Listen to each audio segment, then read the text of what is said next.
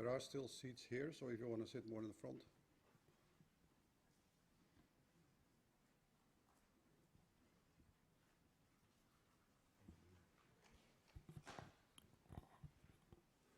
Okay.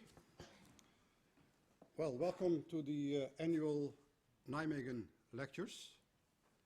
This lecture series is jointly organized by the Max Planck Institute for Psycholinguistics, the Donders Institute for Brain Cognition and Behavior, and the Center for Language Studies.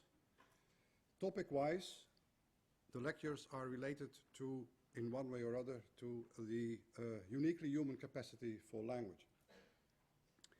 As Pim Levold, the founding father of this lecture series, used to say, for the Nijmegen lectures, only the best are good enough. This holds certainly for the speaker of the current Nijmegen lectures on autonomy, language, and consciousness. Professor Dennett is one of the most influential philosophers of modern times. Dennett has been a philosopher all his life.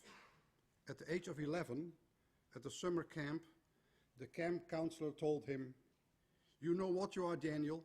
You're a philosopher." In the spirit of his advisor Gilbert Ryle, one can characterize Dennett's philosophical goal as demystifying the mind. There is nothing mysterious about qualia, consciousness, free will. They can be explained from a third-person perspective and don't need a subjective first-person stance. In contrast to many philosophers, other philosophers, such as, for instance, Oxford philosopher Peter Hecker, who argues that science can shed no light on any interesting philosophical question, Dennett's philosophical position is firmly naturalistic. That is, he has developed a philosophy of mind that is solidly grounded in empirical research in the cognitive and neurosciences. Another central feature of his thinking is the evolutionary perspective, as for instance exemplified in his 1995 book, Darwin's Dangerous Idea. Again, we don't need intelligent design or God to explain the impressive competences of Homo sapiens. These are just the outcome of an algorithmic process instantiated by natural selection. A comprehending mind could in fact have arisen from a mindless process of natural selection. Dennett has written a large series of highly influential books, not less than 18, including Consciousness Explained, Freedom Evolves, and Breaking the Spell, Religion as a Natural Phenomenon, to name just a few. In his view, mystery and magic should be replaced by scientific evidence and explanation as the cornerstones of our conceptual framework. In this context, one should also understand his criticism on postmodernism as one of the intellectual origins of the current fake news debate. To quote Dennett, postmodernism, the school of thought that proclaimed there are no truth, only interpretations, has largely played itself out in absurdity, but it has left behind a generation of academics in the humanities disabled by their distrust of the very idea of truth and their disrespect for evidence, settling for conversations in which nobody is wrong and nothing can be confirmed, only asserted with whatever style you can muster. Wonderfully phrased, and I couldn't agree more. Dennett's most recent book is From Bacteria to Bach and Beck, published last year. It contains an integration and extension of his earlier work on topics such as consciousness, evolution, artificial intelligence, and the origins of language. Most of what we and other organisms do to survive is based on often quite sophisticated competences. But these are competences without comprehension. Especially the development of language has given Homo sapiens a toolkit to turn our competences into a comprehending mind, allowing us to give reasons, at least in some cases, for our behavior, and to create our own intelligent design space. This week we will hear more on the issues discussed in the book. Let me finish with a few words on the special relation between Dennett and the Netherlands.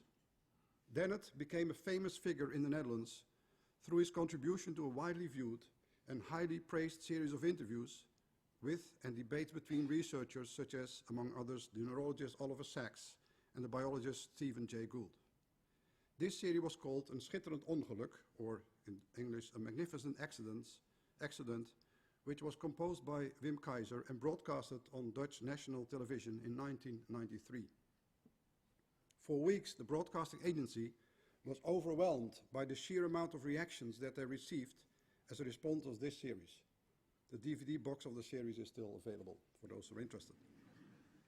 Since then, Dennett has visited our country on multiple occasions for lectures, debates, etc., drawing large audiences. In 1993, I believe, he gave the DS lecture at this university after publication of Consciousness Explained. In 2012, Dennett was awarded the Premium Erasmianum, an award for a person who has made an exceptional contribution to European culture, society, or social science. Dennett received this prestigious award during a ceremony in the Royal Palace in Amsterdam for his ability to translate the cultural significance of science and technology to a broader audience. A year earlier, in 2011, Dennett was one of the two key speakers and discussants in the same palace in a symposium on consciousness that Queen Beatrix had asked me to organize for her and some 100 guests. The day before, we had a private meeting with the Queen in her palace in The Hague, Huis ten Bosch. This to make you aware of the fact that Dennett has seen the inside of more Dutch palaces than most of you. Since 2 years, Dennett is also one of the ambassadors of the International Film Festival in Science here in Nijmegen. Later this week, Dan will receive an honorary degree at Radboud University for his seminal contributions to the philosophy of mind. That is why the organizers of the Nijmegen lectures feel very honored and privileged to have him here for 2 days of lectures and discussions. In addition, he will give a master class for students on Wednesday and an evening lecture organized by Radboud Reflects on Wednesday evening. Unfortunately, if you don't have tickets yet, you are too late. Events are completely sold out. On Thursday afternoon, Professor Dennett will participate in a ceremonial event at the dais of the Radboud University where he will receive his honorary degree. Who might think that for Dennett only the mind matters is wrong. He also deeply cares about the material world itself. Until recently, he had a farm in Maine and used to spend most of his summers on this farm where he harvested blueberries, hay and timber and made cider, at least when he was not sailing. Before giving the floor to Professor Dennett for his first lecture on autonomy and consciousness, a few remarks van huishoudelijke aard, as we say in Dutch. Given the overwhelming interest in the lectures, they are live streamed and video recorded. After the lecture, there is time for questions. Microphones are to be used for asking your question. The microphones will come to you once it's your turn. I invite students and junior staff in the audience not to be modest, but to use the opportunity to ask the question that you always wanted to pose to Professor Dennett, but was so far unable to do. Then let us now welcome Professor Dennett with a big applause for his first lecture.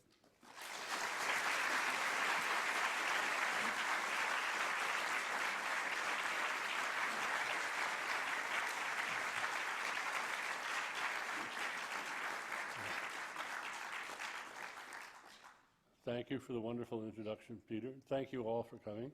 I am delighted, as always, to be back in the Netherlands and back in Nijmegen, where I've had some great adventures, including helping Pim Leefeld dissect a human brain,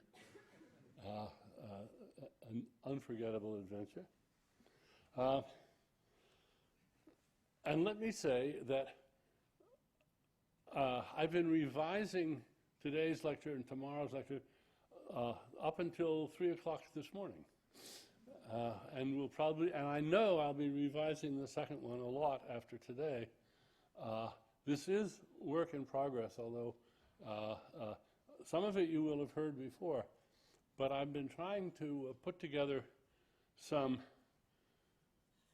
reflections and ideas that have recently come back to haunt me and fascinate me, and I want your help. So pay attention, and if you see a problem, let me know right away. That's how I work. I get my students to do all the hard work for me. Okay. Autonomy is not so special. It comes in degrees, for instance. Amoebas have some autonomy.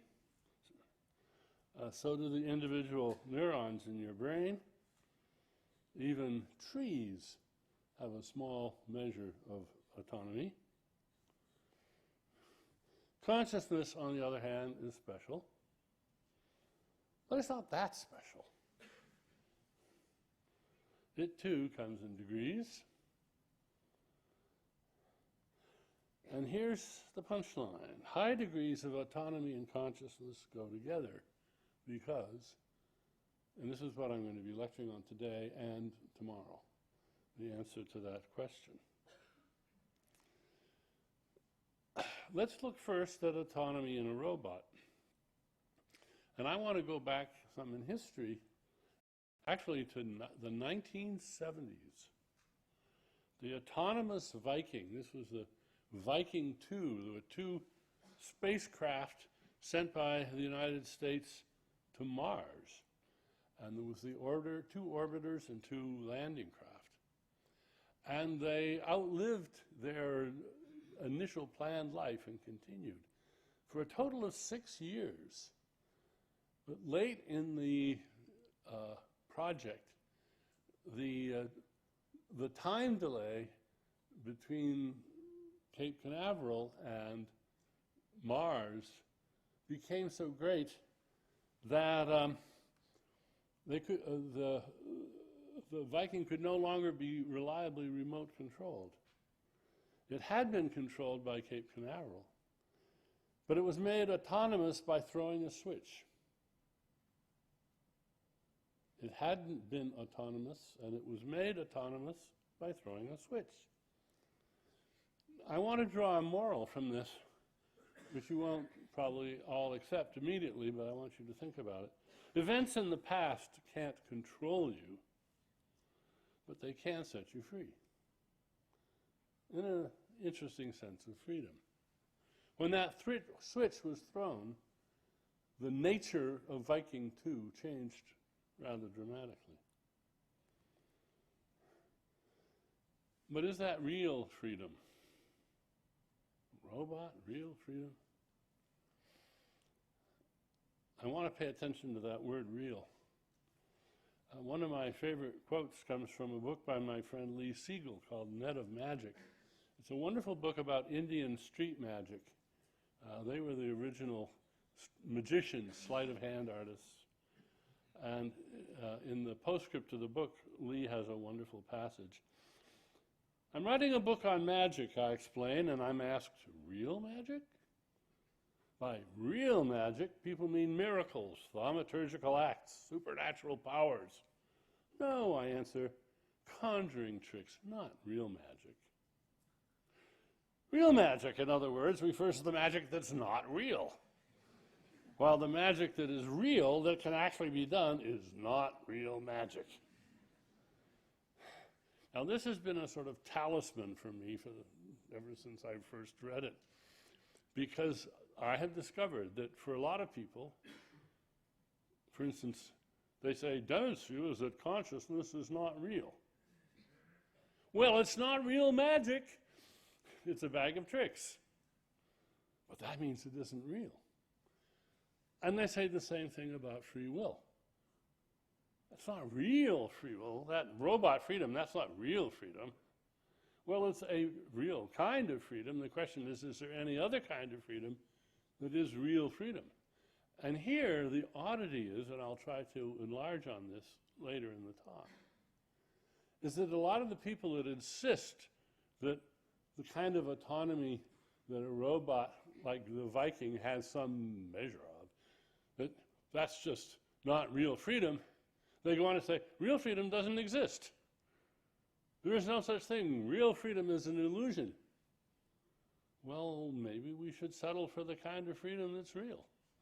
And maybe it will do all the jobs that we want freedom to do in any case. But that's something to look forward to, maybe. So the autonomy of Viking may not be real freedom, but it's a major design feature. Ask anybody who ever watched the television series Robot Wars, because they weren't autonomous. They were telecontrolled by their operators. And the task of making them autonomous was simply beyond the smart kids that were making those robots. and grown-ups too. It's a major design feature. If you doubt that, ask the Pentagon. There is a lot of work and discussion going on about whether drones should be autonomous or not. Drone autonomy or non-autonomy is a very simple distinction. It's real, it's important, and I want to build on it. Mosquitoes are autonomous.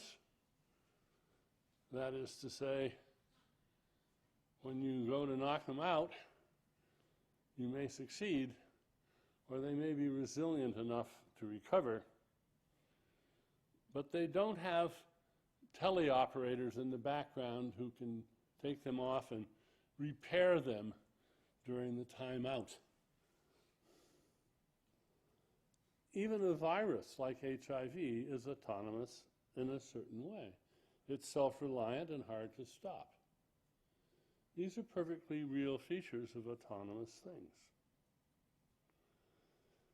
So a virus is a little bit autonomous. We are even more so. How did we get that way?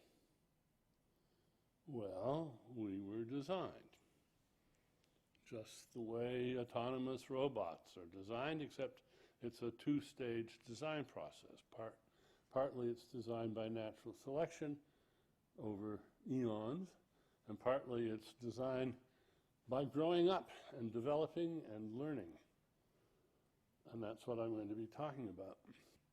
Now, this has been a theme in my work for a long time, and I do want to share with you a gift I received. I'm not going to share the gift with you, I'm just going to tell you about it. A reader of mine, a woman who does needlework, sent me a bit of needlework that she did just for me, which I just love the message on it. Due to circumstances beyond my control, I am the master of my fate and the captain of my soul. Just think about that. The circumstances beyond my control are like the circumstances that were beyond the Vikings' control, and then a switch happened and it became autonomous. Similarly, in a much more dramatic way, we become autonomous due to circumstances beyond our control. But once we're autonomous, we're autonomous. And that's the point I want to stress. Wittgenstein once said, according to Elizabeth Anscombe, she says, I once saw some notes on a lecture by Wittgenstein in which he imagined some leaves blown about by the wind and saying, now I'll go this way, now I'll go that way, as the wind blew them. She goes on to say, the analogy is unsatisfactory in apparently assigning no role to these predictions. Were those predictions? I don't think so. Other than that of an unnecessary accompaniment to the movement of the leaves. I think this image from Wittgenstein of the leaf blowing back and forth, saying to itself, now I'll go this way, now I'll go that way, is profoundly misleading. It is a defective intuition pump, which I will try to dismantle as we go along.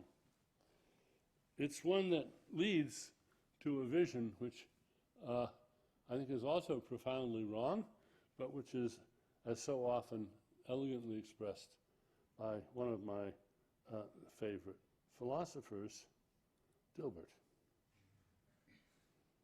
Free will is an illusion. Humans are nothing but moist robots. Just relax and let it happen. Now,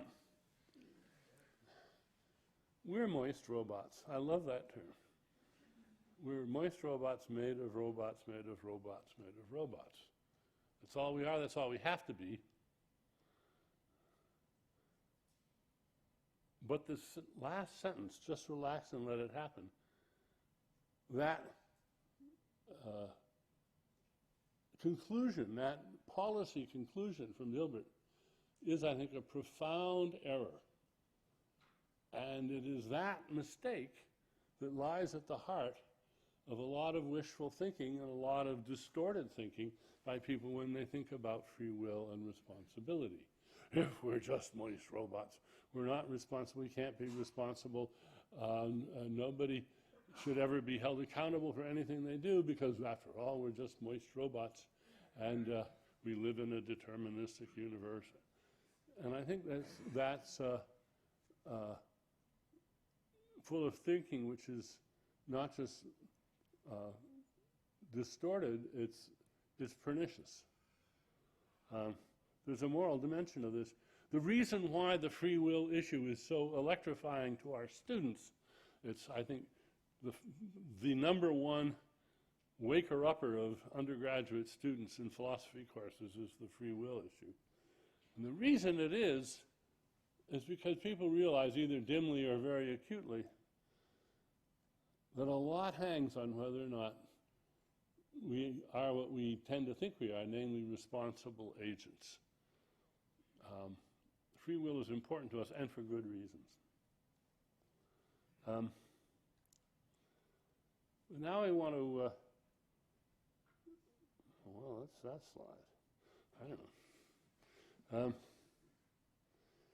What's the fundamental difference between hydrogen and helium? Helium is chemically inert. Hydrogen can unite with many different atoms. You can get H2O, H2O2, CH4, and so forth and so on. Not helium. Hello. Hydrogen can do things that helium cannot, if it has the opportunity. So what is an opportunity? Well, suppose we start with a random assortment of atoms, hydrogen, helium, oxygen, carbon, and nitrogen, see what happens over time. What will happen over time is that hydrogen will form some molecules with some of these others as the opportunities arise. Hydrogen isn't trying to unite with anything.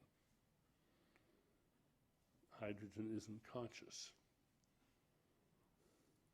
and doesn't have free will. But it does act on opportunities if opportunities arise.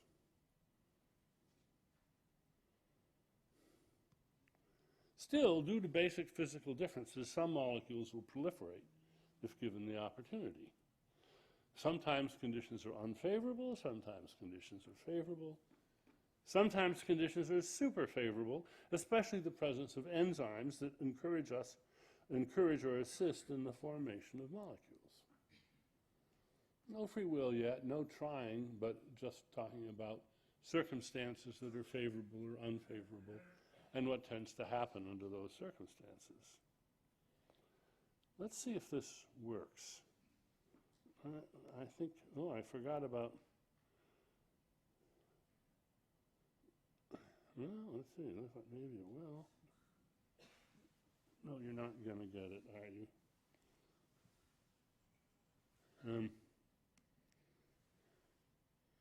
I forgot I had this in here. All right, it's a lovely animation of ribosomes in action.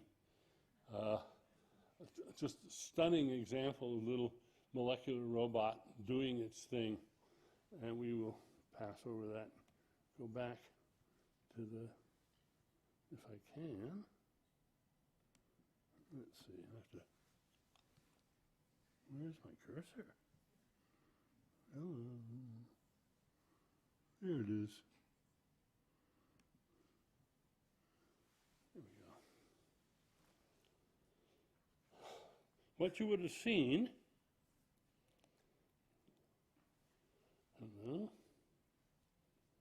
there's lots of moving parts performing particular functions, but ribosomes aren't conscious and don't have free will.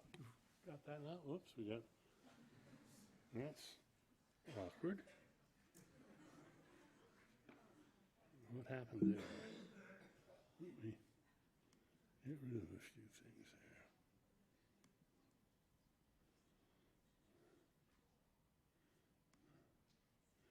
there. Yeah.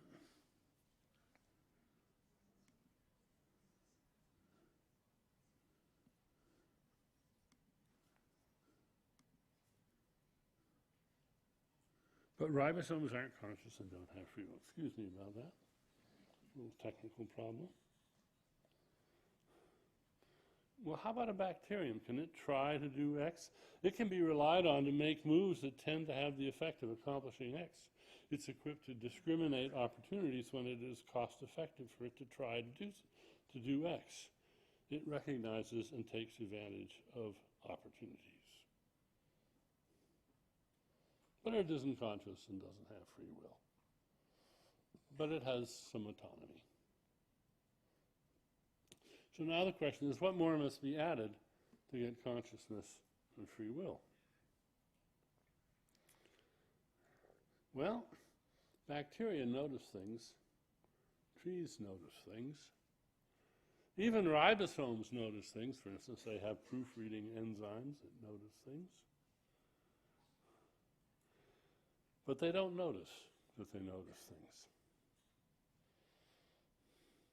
When I was thinking about how to dramatize this fact, I recalled some favorite books of my youth.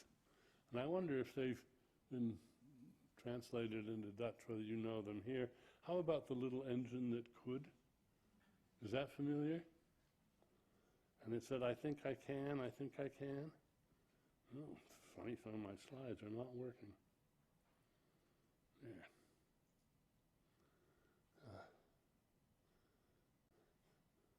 What would be the point of thinking you can? What would be the point of thinking you can? I don't think bacteria can think they can. And I think control theory provides the answer. Real choo-choo trains are controlled by engineers. And trains are actually fairly easy to control. They have just 2 degrees of freedom. Go and stop. Speed up, slow down. The concept of degrees of freedom, coming to us really from engineering or control theory, is a very useful concept. In fact, I would urge you to consider the possibility that most of the time when we're talking about free will, the concept we're really thinking about is this concept, the concept of degrees of freedom, nothing more special. Although it is a rather wonderful concept.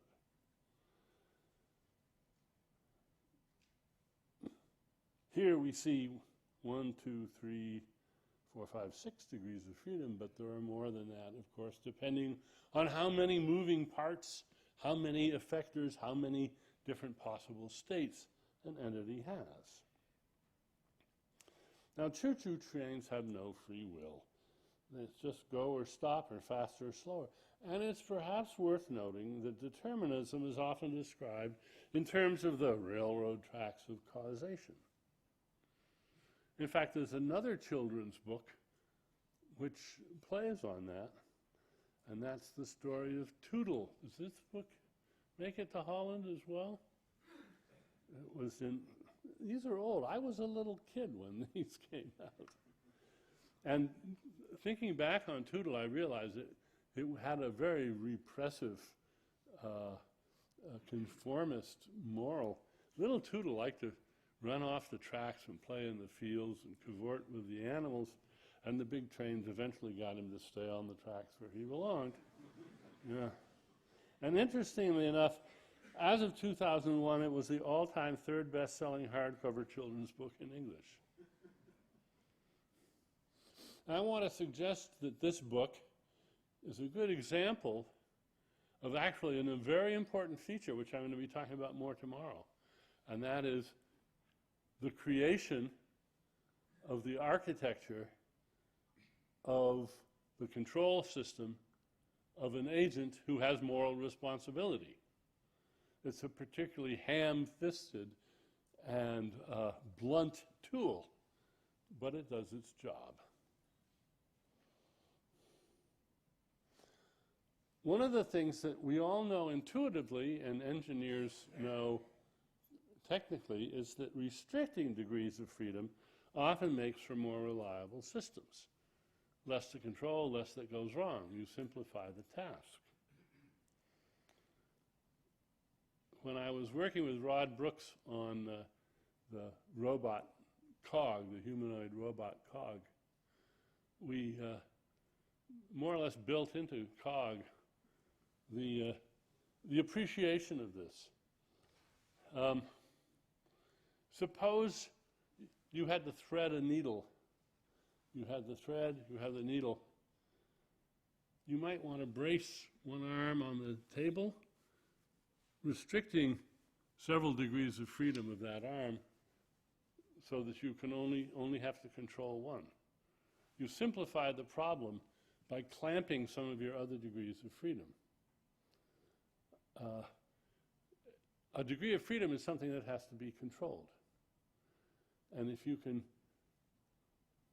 temporarily lock down a few degrees of freedom, then you can pay attention to a few others.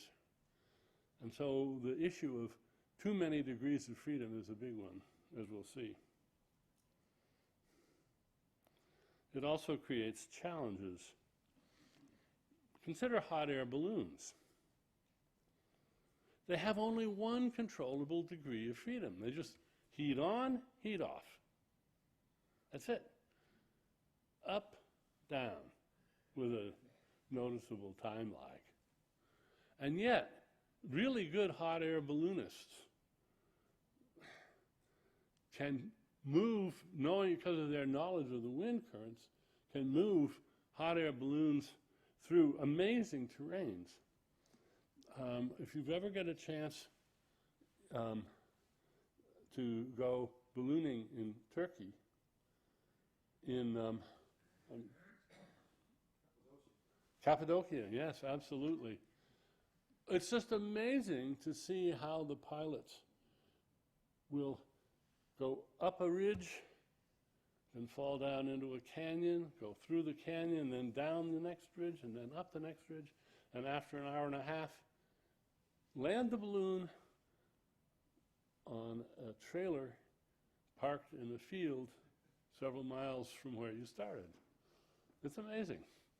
But you have to know how the winds are going to be blowing, and then you have to have a very delicate control of the 1 degree of freedom that you control. It's quite amazing. The American folk singer Ricky Skaggs once said, "I can't control the wind, but I can adjust the sails." And that's the difference between Wittgenstein's Leaf and Ricky Skaggs.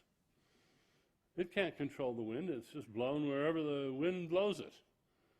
So its little soliloquy is just hot air, it's just not playing any role.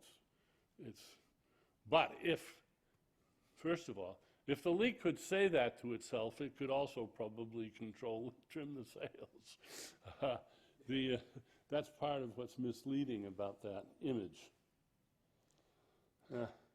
So skill is what you need to add to get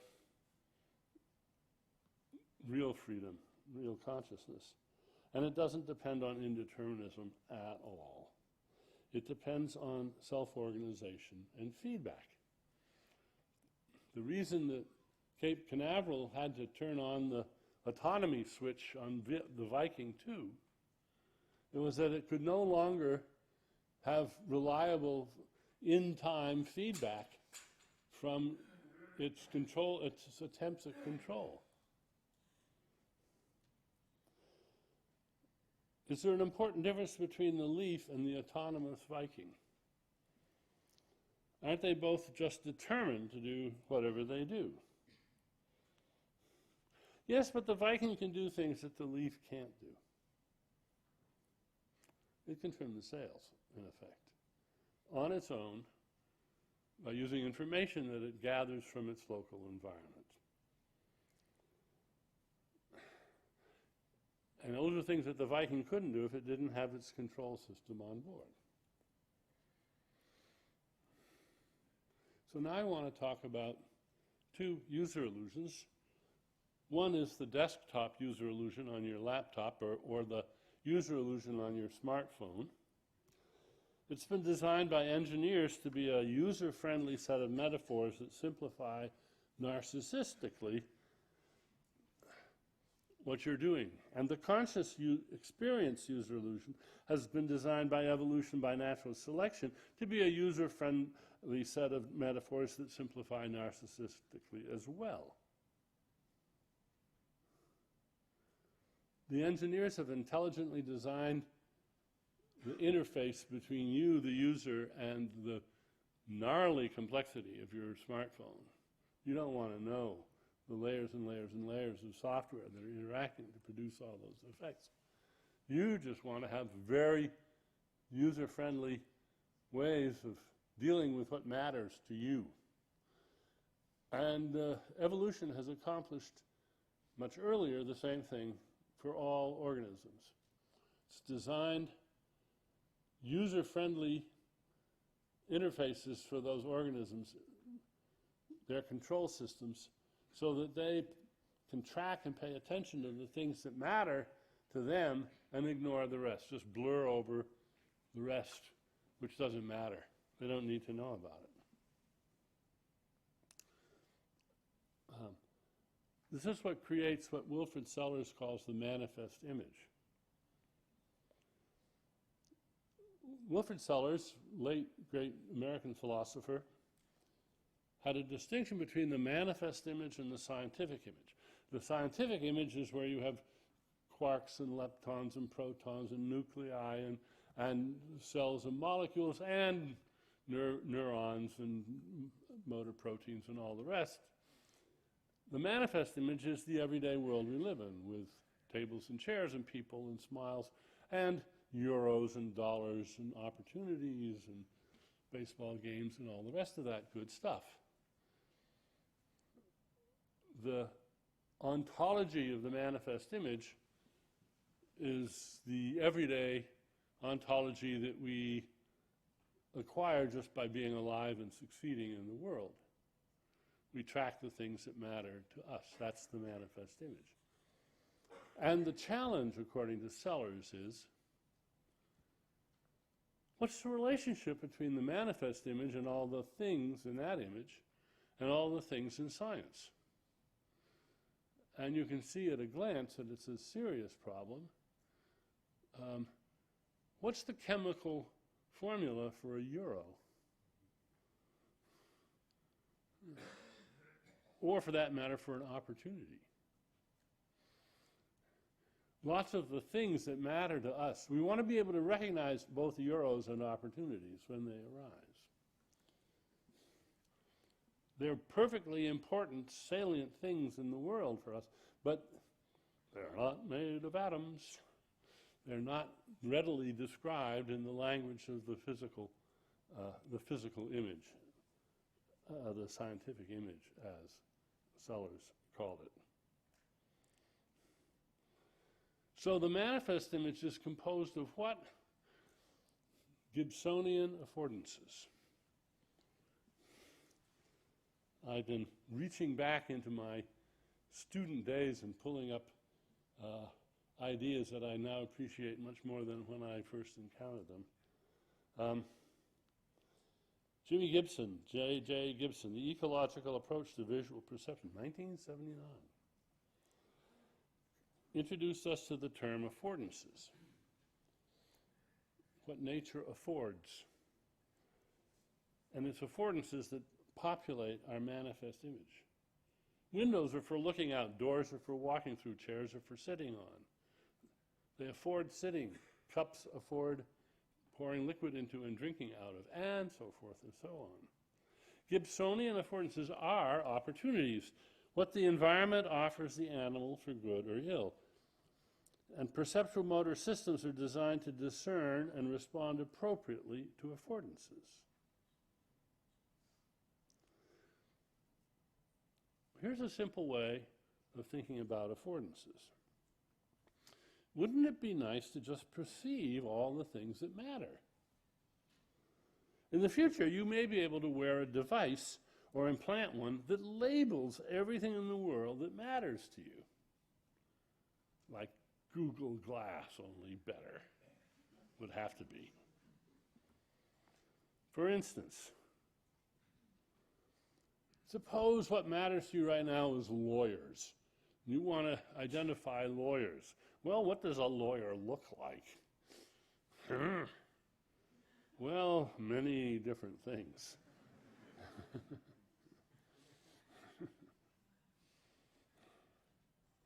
Wouldn't it be nice to have a lawyer identifier labeler that you could just have on in your glasses? You look out at the scene and somebody would just suddenly, the lawyer label would just appear on her. And pickpocket would appear on somebody else.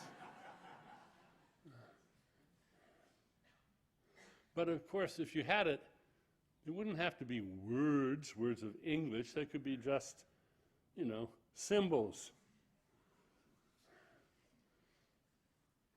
And of course, they wouldn't even have to be symbols as long as they were hooked up in your brain to the right things that would do the right things with them once they showed up. Wouldn't it be nice to have that? If you had that, well, you see, the thing is that nature's already done that for you. You might get so used to this user-friendly innovation that if you lost your device, you'd feel like you'd been struck blind. But you already have that in many ways. You can just see things that are red or that are slippery or that are hard or that are soft. You just directly perceive those. Well, how do you respond to an affordance? Well, there's many different ways. You can run, you can duck down, you can eat, you can hide behind, or there's millions of other responses. And a lot of the ones that really are important are internal responses, where you're updating your sense of the world you're inhabiting, or what the problems are that face you, or how important those problems are compared with other problems, and so forth. In order to control responses appropriately, the brain must identify, track, and represent the affordances. And a wonderful book to read all about this is Ruth Millikan's latest book, Beyond Concepts, which I highly recommend. I think everything I'm saying today is in harmony with what she says in that wonderful book. So the brain must represent and track all these affordances, but it doesn't need to render the affordance in any new medium, like that little white LAWYER that appeared in that picture that we just saw. Affordances are not properties of internal renderings.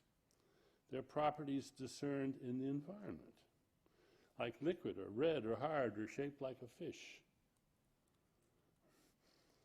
So the desktop user illusion is rendered in pixels of color on a screen, also on your smartphone. But the consciousness user illusion isn't rendered in anything. The properties of the labels that matter, that make a difference, are the functional properties by which they're discerned or tracked by the next step in the neural process. Another book which I recommend highly is by Janan Ismail, How Physics Makes Us Free. And again, I think what I'm saying here today is largely consonant with what she says in this new book.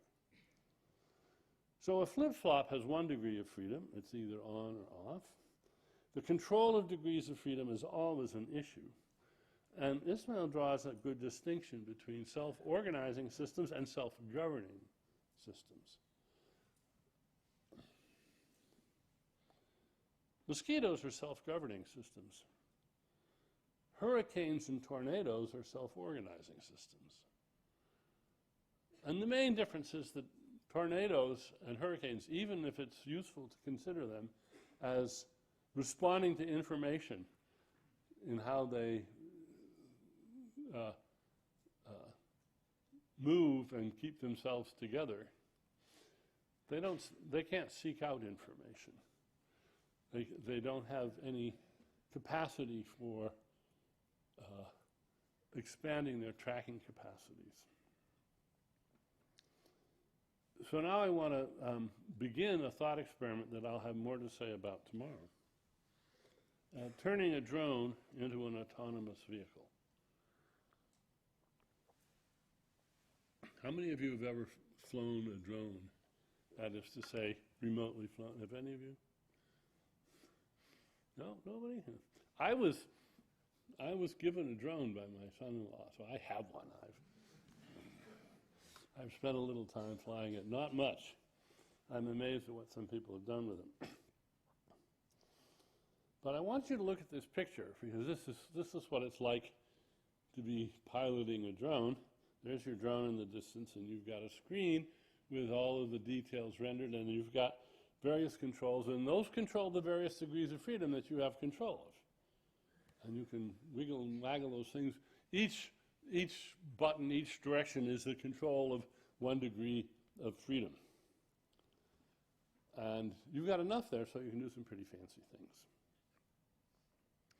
But I want to point out first that this view that you have of the drone is simply a trivial translation of another view which I want you to recognize and then discard.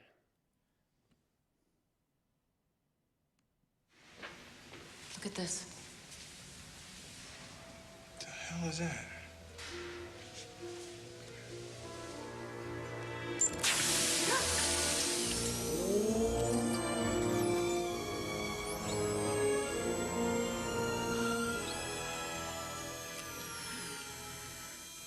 That's the Cartesian theater.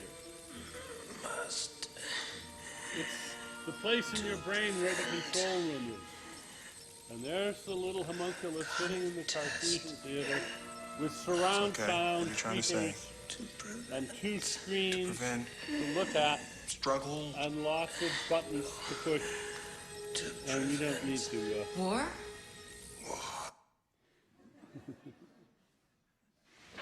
Yep.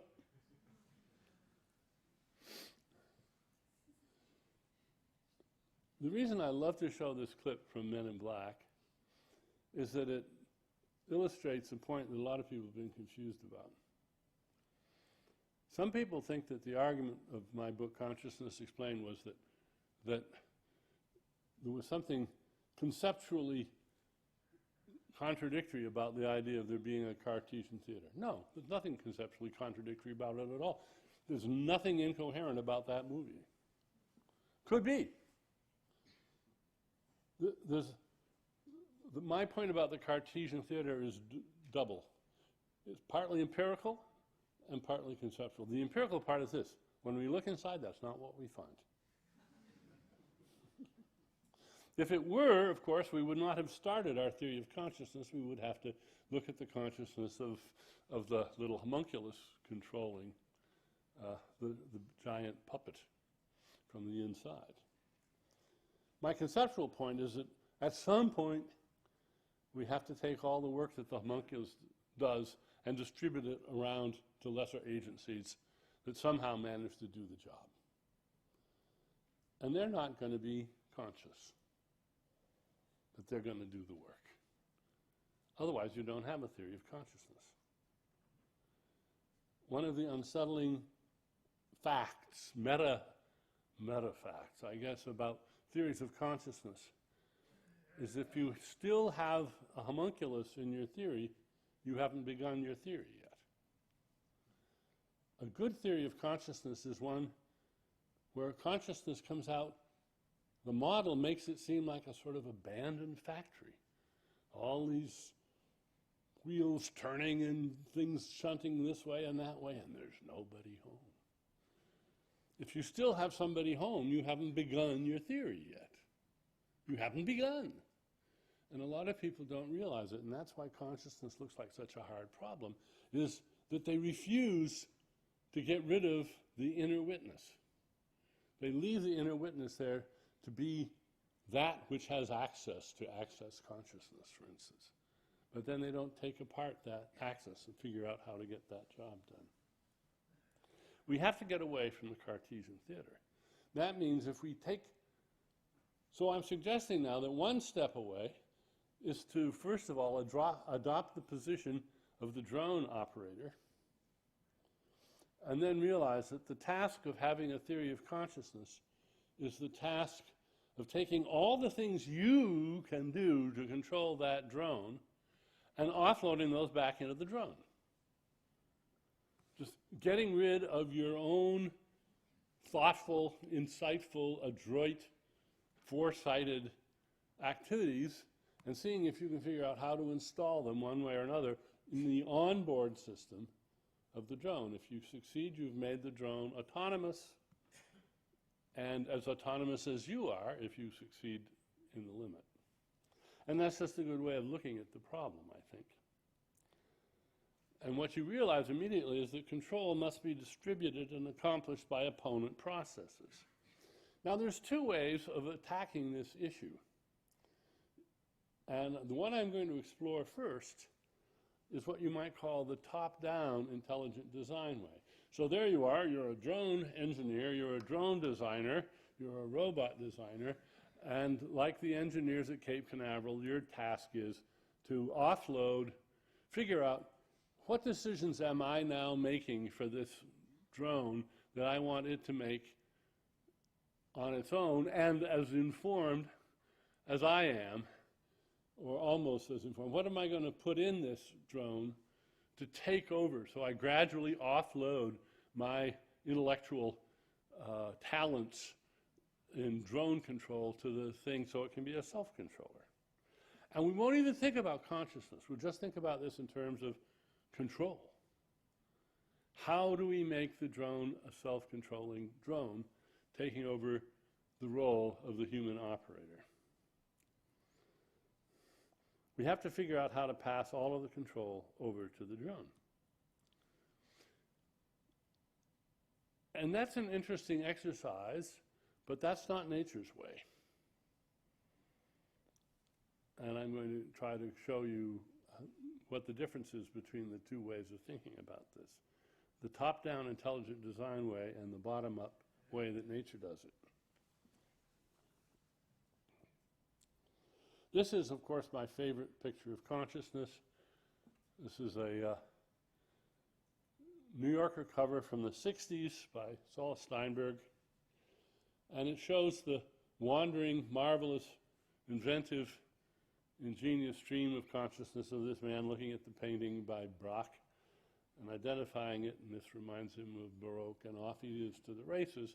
And if I leave it on the screen much longer, you won't listen to anything I say. You'll get so wrapped up in following his consciousness. So I'm going to take it off. Now, I want to make a point about that picture. I've used that picture 100 times, but a point I haven't made until very recently. So suppose a man walks out of the room and walks back in and looks at the Braque again. Will it be the same sequence? No. He walks out again, he walks back in? No. It'll never be the same sequence twice. Never. Why? Because that's a fact about human consciousness that we have to take into consideration. What can happen? Well, almost anything can happen. How many degrees of freedom does that man have in his head? Vast numbers of degrees of freedom. As Ismail says, persons are dynamical wildcards. Persons, responsible human agents, have so many degrees of freedom that the control of those degrees of freedom is basically, well, the complete control of them is impossible. We're always struggling to control the degrees of freedom in our own minds. And in a nutshell, what I'm suggesting is that's what consciousness is, and that's what it's all about. And that's what the relationship is between consciousness and free will, is that if you're not conscious, you don't have the self-control powers of a responsible agent, and if you are conscious, you have so many degrees of freedom that it's always a problem of how to control them. In a way, it isn't a problem for the autonomous Viking, or a mosquito for that matter. Almost anything can happen. If you want to do science of consciousness, you have to clamp the mind in order to do the science. Just one familiar example, again, I'm going back to the early days of cognitive science for my examples today, are Roger Shepard's wonderful rotating figures.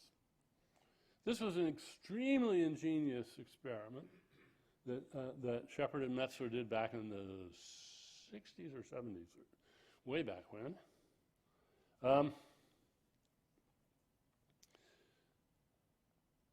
Tell me, is the figure on the left the same figure as the figure on the right, just rotated? Answer? Right. How'd you do it? You rotate. How many of you rotated the one on the left? How many of you rotated the one on the right? How many solved it some other way? Right. Now, Shepard set out to measure the angular velocity of rotation of mental images. Well, how do you do that? Very clever. You show people lots of pairs like this, and as soon as the display comes on, you start the clock, and as soon as they answer, you stop the clock. And you throw away the no answers, and you look at the yes answers, and you see the data are all suspiciously good in the original experiment. It's so good. You see that they all fall on a line. It takes roughly twice as long to rotate a mental image through 60 degrees as through 30 degrees, and 3 times as long to rotate it through 90 degrees. So I said, you see, people are right. They're actually rotating mental images. Well, this causes something of a firestorm, and so it should have. And debates haven't actually finished to this day. But Shepard did show something important. But one of the important things he showed, don't trust what people say. Prove it or disprove it.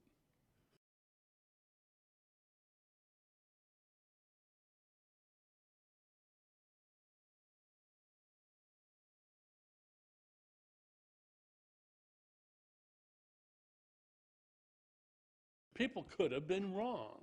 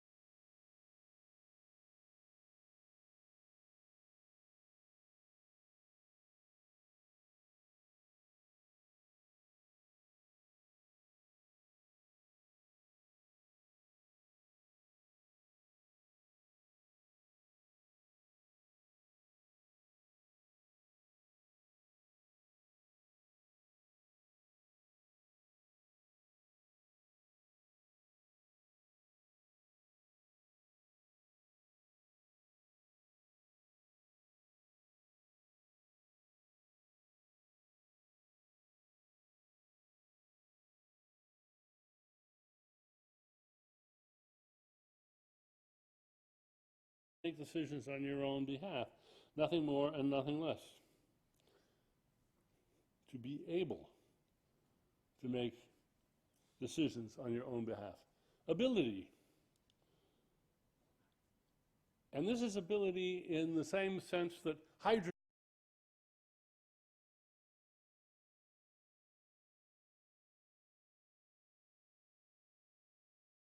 has an ability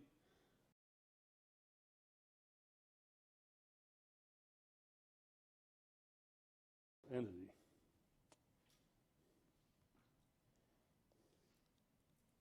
Well, my friend Sam Harris recently published a book called Free Will. And he asks in that book, where is the freedom in doing what one wants when one's desires are the product of prior events that one is completely unaware of and had no hand in creating? One of my rules in intuition pumps is, when you encounter a rhetorical question, try answering it. Because rhetorical questions are often the weakest point in an argument, because they have a sort of nudge in them, and it's very effective to just answer the question. And this is a rhetorical question to be answered. Now, Sam has nicely enlarged on what he says in a response to me. A puppet is free as long as it loves its strings. Cute thing to say. And if you, I'm not going to run this or even try to run it, but if you really want to see it, it's online. Let's see if it's true. Now here's the cover to Sam Harris's book. And I want to submit that the cover is itself a serious misrepresentation. It biases the whole discussion in an important way with those marionette strings. But let's just look at marionette strings for a moment. I found this illustration on the web, which is sort of interesting. It's marionettes controlling marionettes controlling marionettes. Again, I don't think there's any incoherence in this. It's not very good engineering, if, you know, but in principle it's possible. And then I discovered a picture which I now dearly love and commend to your attention, from the New Yorker, 1963. This is Warren Miller's wonderful auto puppet. And I think this happy auto puppet, he loves his strings because they enable him to control his legs. Not the most effective way of controlling your legs, but it works. And he's happy to be able to do that. He can control his legs, and nobody else is controlling him. The thing about us is that we are confronted with a big problem. What do I do now? That's the problem we all face every moment of our lives, in a way. I'm happy to say most of you are staying in your seats and trying to pay attention, which is great. But for us, it's harder than it is for most organisms because we have the additional problem, what do I think now? There's all that doing, which is just thinking, which has many more degrees of freedom than our jointed body has. It's really a major problem. And then I uncovered this wonderful phrase that was brought to my attention by Guy Claxton. And I've come to think this is the best definition I know of intelligence. Intelligence is knowing what to do when you don't know what to do. Think about it.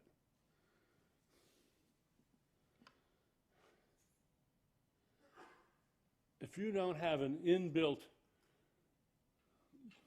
routine or instinct or bias that tells you what to do, if you're confronted with something novel and you don't know what to do, now, if you're intelligent, you know what to do next, which is to think about what to do, and you know how to do that in a good way. So intelligence requires this recursive step of thinking about what to do in real time in order to know what to do when you don't know what to do. And this is what we try to inculcate in our children. It's part of their moral education. So Claxton says this is Piaget, but when I checked up on it, Piaget said something not quite so nice, so I'm going to stick with Claxton's version. Same idea, but I like his version better. There's my picture again. I can't remember why I wanted to put that on. Well, consider the different degrees of control. Yeah, let's go back to this picture. Hello, is it there? No. Oh, it's a little funny here. Hello, there we are. If you look through it, this is mind wandering. Well, that's all right because the guy is you know, he's like me at the Kriller-Milner yesterday, enjoying myself, taking my time, letting my mind go wherever the picture took me. Little daydreaming here. I didn't have to worry about whether I was going to have to get supper or whether somebody was creeping up behind me to carry me away or anything like that. I could luxuriate in letting my mind just sort of spin out. Consider the different degrees of control that you can exercise. There's mind wandering of the sort just exhibited. Then there's obsessive compulsive repetition, which some of you may on occasion be afflicted with. Then there's the job of fighting distraction when you're trying to read a book you don't want to read or do a problem set that you're not familiar with. And then there's rapt attention to a problem. And those are just 4 landmarks on a huge spectrum of what we might call degrees of control of your own thinking.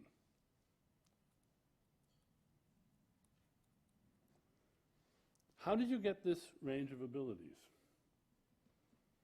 Now that's a topic for tomorrow. Let's see, how am I doing for time? I've used up 10 minutes, okay. Well then I'll go on. But that is the topic for tomorrow. I started imagining how we as robot designers might start adding these control capacities one by one for good sound engineering reasons, defending our reasons as we went. But what we want to look at is how we do it without knowing what the reasons are.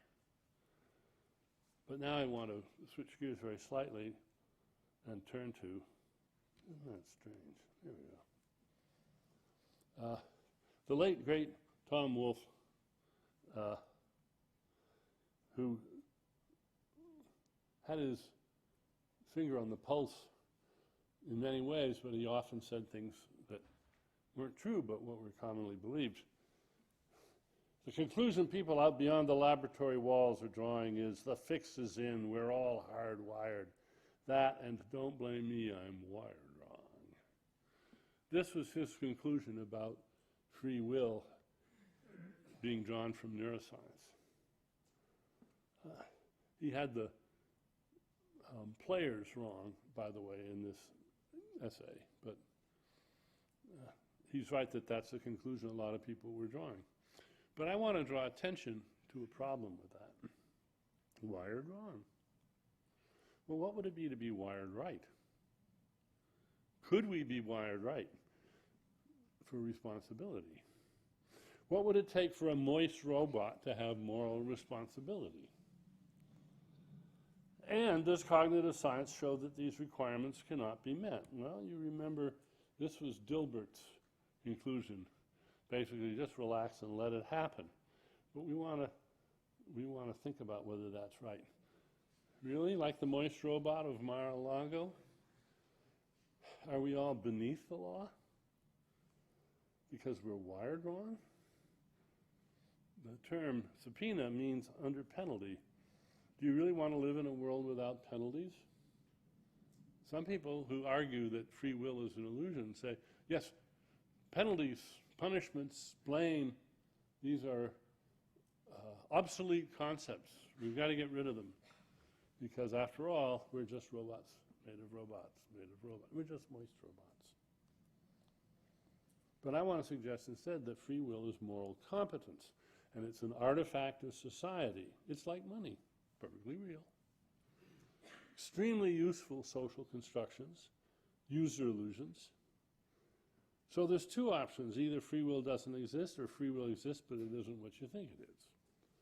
I'm voting for the last one, of course.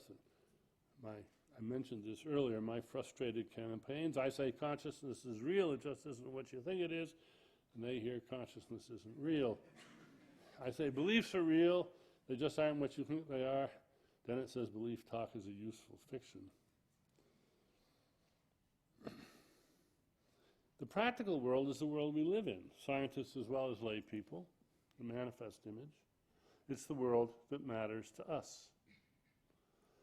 If it is illusory, this is a benign user illusion, not something we should attempt to erase. Or as another cartoonist has put it, reality is an illusion created entirely within the human mind, but it's the only place you can get a decent cup of coffee. So the punchline of today's talk is that free will and consciousness matter because we, and only we, must live in a world of our own creating that is orders of magnitude more complex and replete with opportunities, degrees of freedom, than the life world of any other living thing. Controlling all those degrees of freedom is a feat we can only approximately achieve. Philosophers like to say that ought implies can. For those of us who can control ourselves, noblesse oblige. We are obliged by our skill to control it. Those who can't are excused. They don't have free will in the sense that matters, and they depend on the rest of us. So Miller's auto puppet is not a self-contradiction. It's a possible thing, it's just poorly designed. It took 3.5 billion years to make a self-governing agent.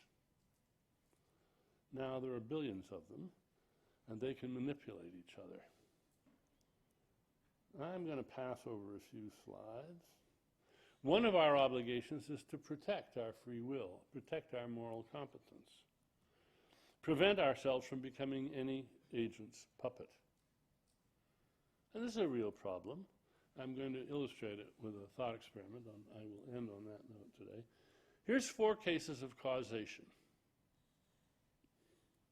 First case, my doctor tells me that bran blobs would be good for my heart. So I go out and buy some bran blobs. Second, in the supermarket, I read the claims by Kellogg's on their box of bran blobs. And I think Kellogg's, a major brand, big corporation. This isn't Uncle Joe's special bran blobs in a shabby little cardboard box. I'm going to trust what they say here. I buy a box of bran blobs. Here's the third case. I see a box of bran blobs with a gorgeous picture of Cameron Diaz on it, and I buy it. Why do I buy it? I'm not naive. But, you know, I'm rewarding Kellogg's for their good taste in actresses and enjoying the fact that I can buy a box of cereal with Cameron Diaz's picture on it. I'm not fooled, but I buy it anyway. And then I see a box of bran blobs which has a secret microchip transponder that tweaks my nucleus accumbens, and I buy it. Now, in every case, there has been causation of my choice by another agent. My doctor advised me. That was the trigger of my buying. The second case, the Kellogg's people convinced me, rightly or wrongly. Same with my doctor, for that matter. In the third case, the advertisers who had the cleverness of putting Cameron Diaz on the box. But in the fourth case is different. In the fourth case, I'm being manipulated without my knowledge. And that's what we have to learn to protect ourselves against, because that's when we're somebody else's puppet. Only the last of these is puppetry. This male puts it very simply: is pivotal control over our actions possible in a deterministic concept? And she says yes. And so I'm just going to close again with my motto. Due to circumstances beyond my control, I am the master of my fate and the captain of my soul. Thank you for your attention.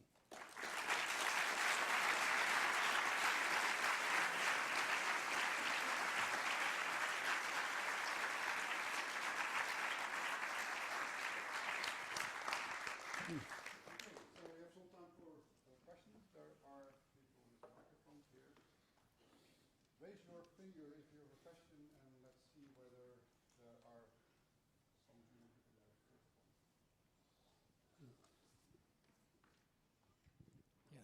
Thanks for the wonderful lecture. I was just wondering, on the one hand, it seemed that consciousness was this user illusion that simplified our manifest image. But on the other hand, it seemed that consciousness created this vast amount of degrees of freedom. So does consciousness reduce or increase the degrees of freedom? It's a good, very good question. And I think the answer is that for better or for worse, we are agents that are burdened with what might be considered too many degrees of freedom. We need those degrees of freedom to have the power to explore scientific ideas and art and literature and so forth. But at the same time, we can't master them all. And there is no master controller inside us that can always decide which ideas come next in the stream of consciousness, which ideas dominate. So part of the human predicament is we're supposed to be in control of ourselves. We've learned that from a young age. It is possible, in most regards, to be in control of ourselves, but we have to learn those habits.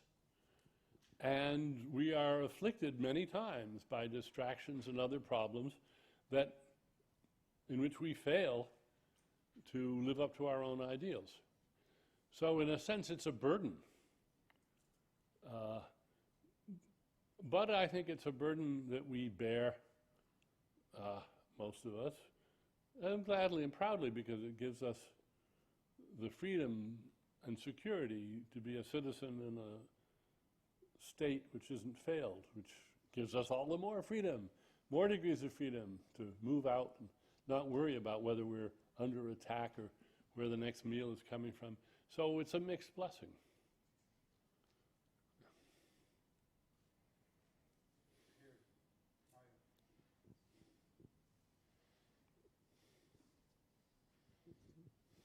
Hi, thank you very much. I was thinking about one of your last points with the 4 cases, and specifically how the 4th one is different. And what stuck out to me there was that supposedly the 4th one, with the delivering some sort of activation in the nucleus accumbens, is unconscious and therefore is manipulating us. Yeah. But then I'm wondering where to draw the line. Because what if, let's say we're eating something delicious that is sugary and does deliver activation in the nucleus accumbens, or we're in love, which also gives us that type of activation, but we are aware of it. We are aware that we're eating the thing that's delicious. So does that mean that then we're choosing freely to engage, but we're still getting that reward? So it's not... Well, I'm really glad you asked that question. And you say, where do we draw the line? And as usual, I'm going to say, don't draw the line. Recognize that that's part of our human nature, part of our moral predicament, is that there's every intermediate case you can imagine. Let's take the case of falling in love. If you have children, you want them to fall in love, but not too early and not before they can be aware of what's happening to them to some degree. I certainly wouldn't want to deny the incredible bliss of the first time you fall in love. It's one of life's great experiences, but I also think that we want our children to walk into such situations a little bit forearmed and forewarned, to avoid heartbreak, to avoid impetuous behavior, which they will really regret. So that's what literature's all about, is negotiating these. I mean, it sounds terribly reductionistic to say this all comes down to control theory, and literature is all about meta levels of control. But in fact, it is that problem of meta levels of control that is the engine of all the great narratives of life.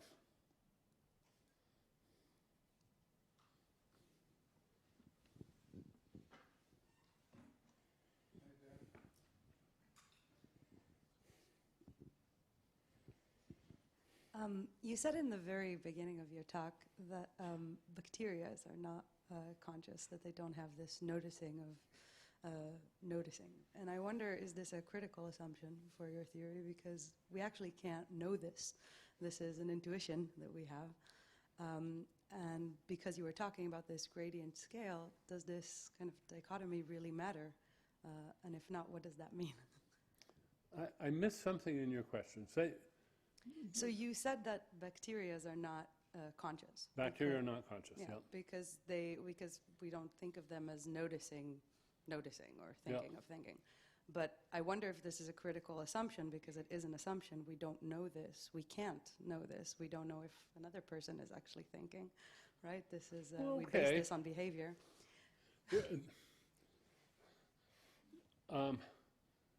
And technically, I think you're right. It's an assumption. But I think it's a pretty safe assumption.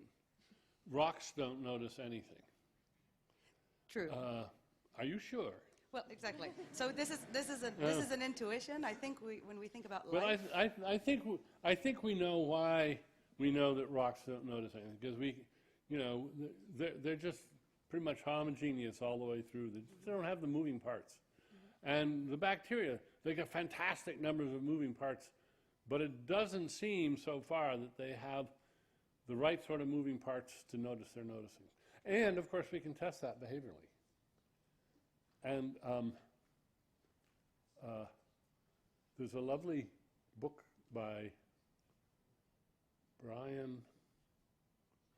Bray, called Wetware, about the protein networks inside amoebas and bacteria in protists, general single-celled organisms.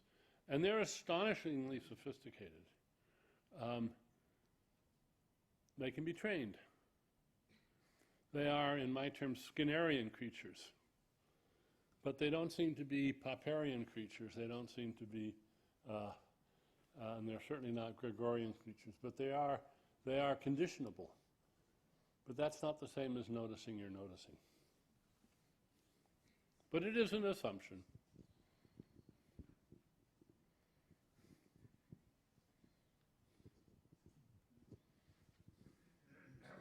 Yes, hello. I have a question about the definition of consciousness as the amount of degrees of freedom, which you described as like infinite, more or less. But isn't Vast, not infinite. that no. But isn't that also like a quite dynamic concept? Like, for example, I make quite nice food, and when I'm cooking, then I see like there are way more affordances that I'm aware of about how to proceed in that situation. But I'm a terrible dancer, so when I'm there, I don't like see or realize the affordances in my environment. So isn't the idea of consciousness inside a species or across species more of like a continuously changing powerfulness of that tool, as you described it? Well, you're certainly right that the degrees of noticings, the amount of it and the varieties that vary, I would say, close to continuously as we move from the bacteria through the clams to the oak trees and all the insects and mammals and reptiles. and so forth. I just think that, for reasons I'll go into tomorrow,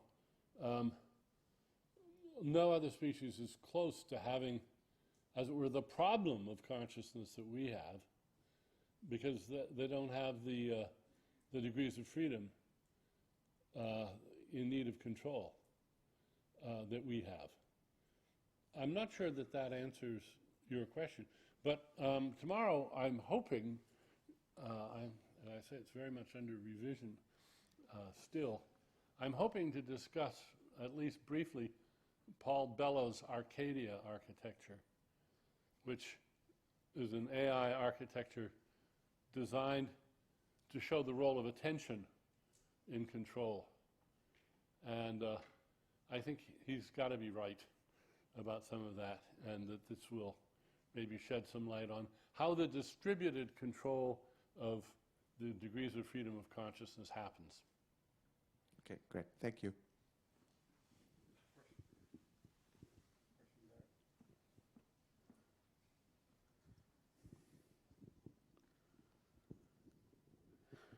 Thank you.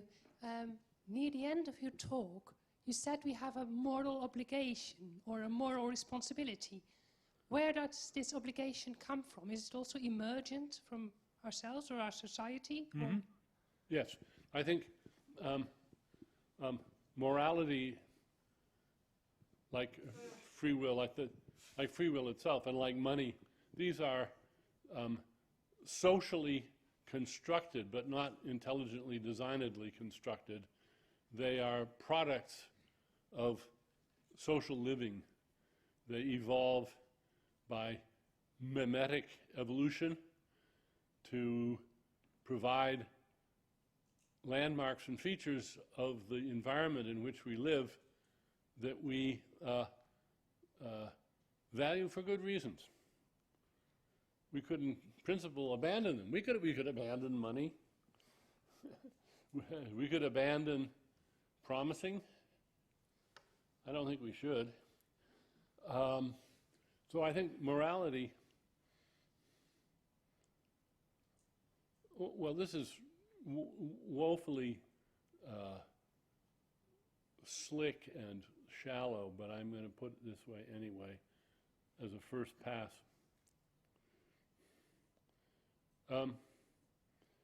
Consider the game of chess, a social invention, if anything ever was.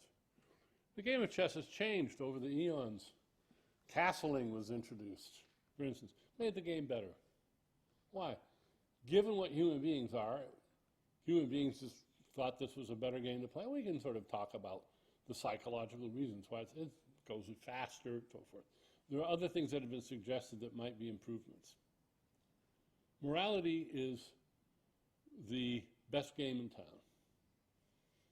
It's the game that we pretty much decided we all want to play, and for very good reasons, but there's always room for improvement. That's where it comes from.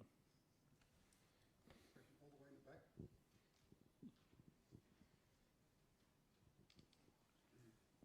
Sorry. This is a follow-up on the morality question. I'm a bit confused by tying the idea of free will to morality, given that morality is understood so differently across cultures and even groups within one country, and the potential kind of political impact of what you're saying in our duty to protect free will, and thus our duty to protect our understanding of morality. Is that something I'm misunderstanding, or perhaps you could provide a bit more detail?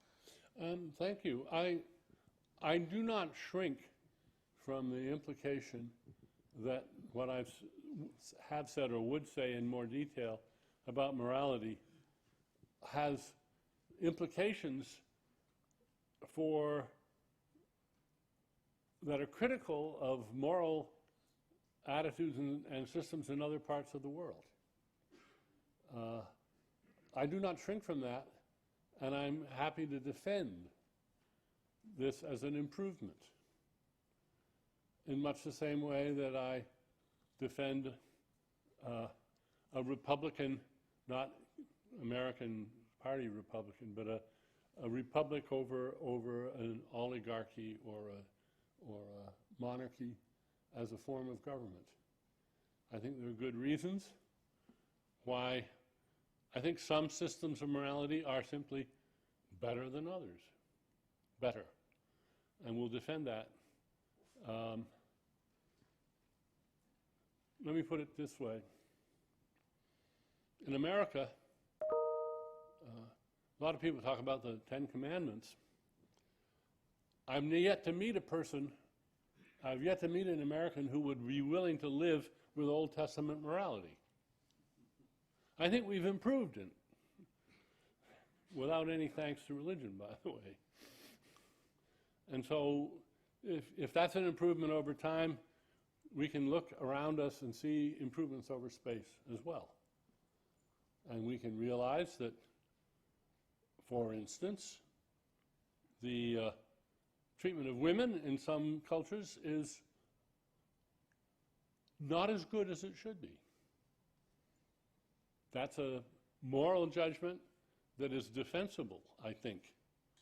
In fact, I think that a certain sort of lazy cultural relativism is a scourge and is the cause of much political problem.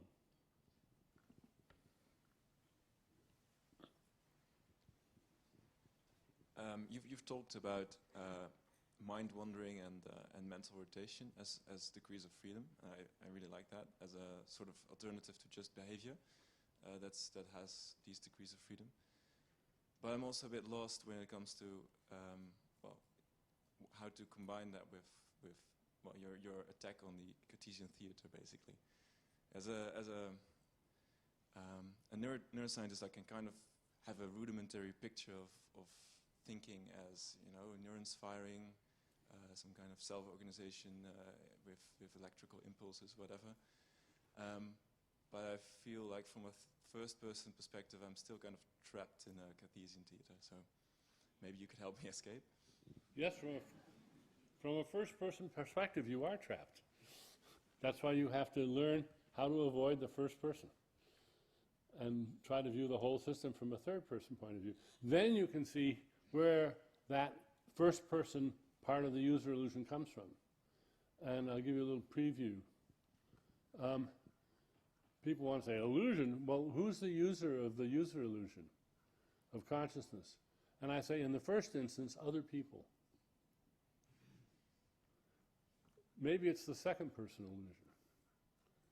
And that the reason we have a first-person perspective is because we have a second-person perspective, which was how we got our first-person perspective growing up in interaction with our parents and our friends.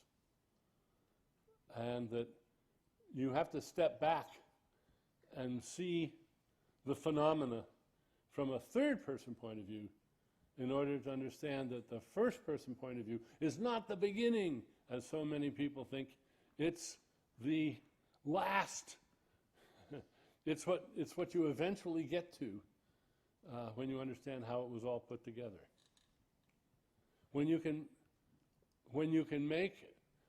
offload enough control into a drone so that you can ask it what it's thinking about and it can tell you, it's got a first-person perspective. But it's got to be able to think about it and tell you the way we do, not the way Watson does. Because Watson is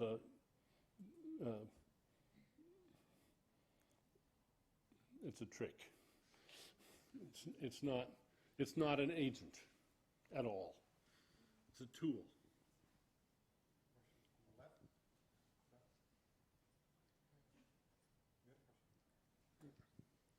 Thank you.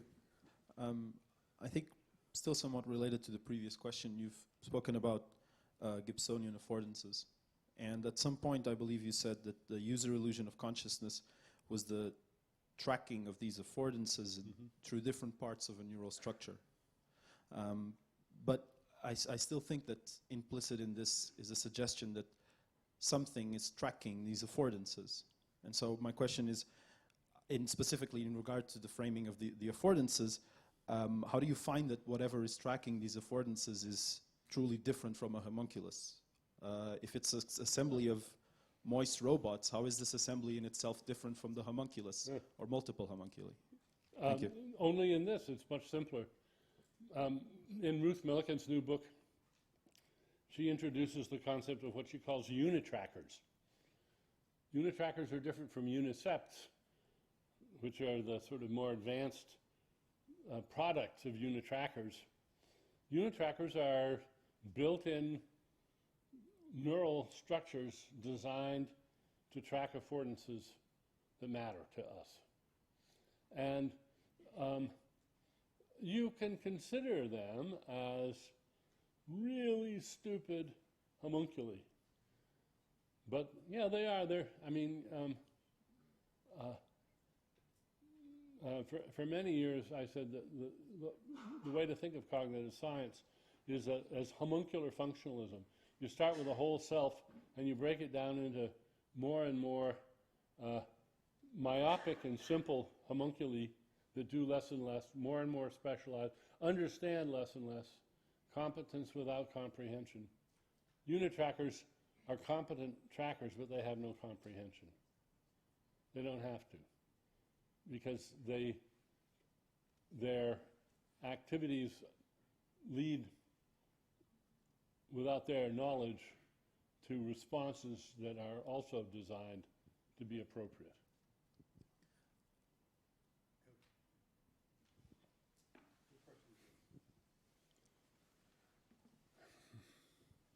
Thanks a lot.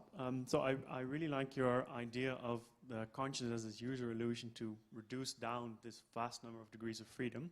But I'm wondering, of course, there are many systems imaginable and also existing that also have vast numbers of degrees of freedom. And I guess the question I'm wondering is what determines what degrees of freedom count in order for you to need to reduce them? So what makes a degree of freedom relevant in order to require this conscious illusion? Well, I think the only answer to that is circumstances. That is to say, right now, as you sit there, until I raised the issue, no doubt you weren't paying attention to the sensations on the soles of your feet inside your shoes. But you can, and that can become something that you track.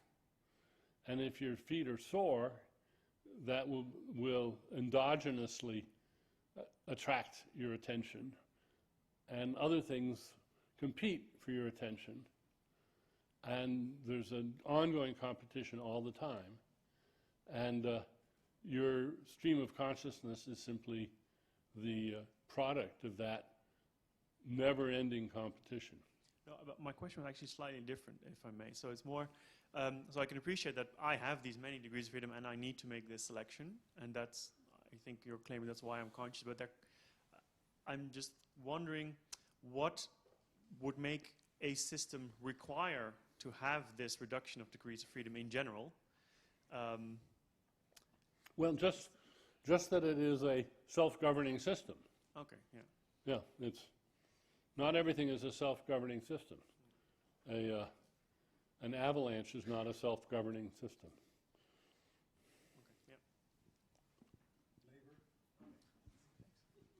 Okay, yeah. Thank you.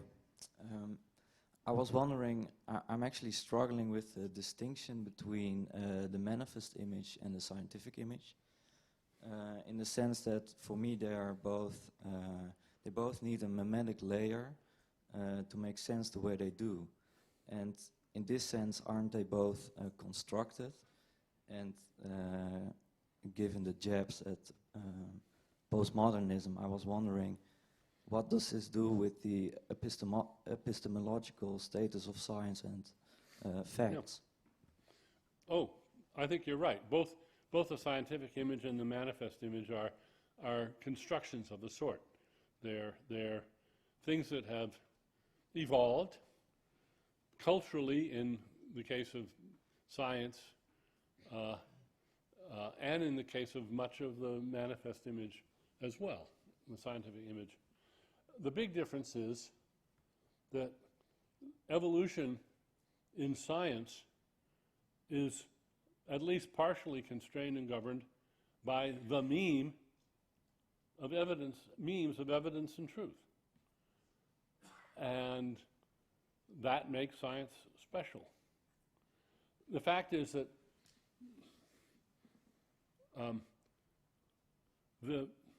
The eyesight of the eagle also evolves under the, as it were, under the accuracy is better than inaccuracy. Fidelity is better than infidelity. Nature has honored truth-seeking in the design of organisms from bacteria on up. But we have taken it steps further. We've invented prosthetic extensions of the truth-seeking that nature has given us. And that creates the scientific image. And of course, for a long time in human culture, there wasn't a distinct scientific image. It was just what everybody knows. But that included all the folklore and superstition as well. And the birth of science really came, I would say, this is all sort of Whig history, I suppose, but and oversimplified, a cartoon version. When people, for various reasons, began getting comfortable with saying, oh, I guess I was wrong, instead of saying you haven't understood the story right. Once you get a practice of testing and disconfirmation, Popper is almost right, then you get science and you get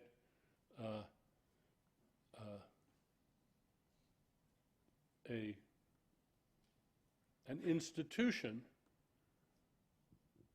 the point of which is to discover the truth about nature.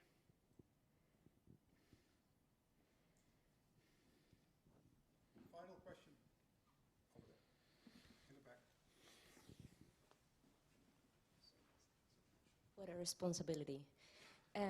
So I wanted to just comment on, so there seems to be this common belief that first-person experience, what really teaches us how to believe and how to behave in the real world. So I was wondering whether the ability to be conscious, it's really tied upon the concept of being able to use optimally the feedback that we receive after we make a choice, right? So is it really the ability to make a choice, or is the way we use the feedback that we receive from the context that allows us to behave better the next time or to really use the information in a proper way? Oh, that's a very good question. Thank you. Well, this isn't going to do justice to your question, but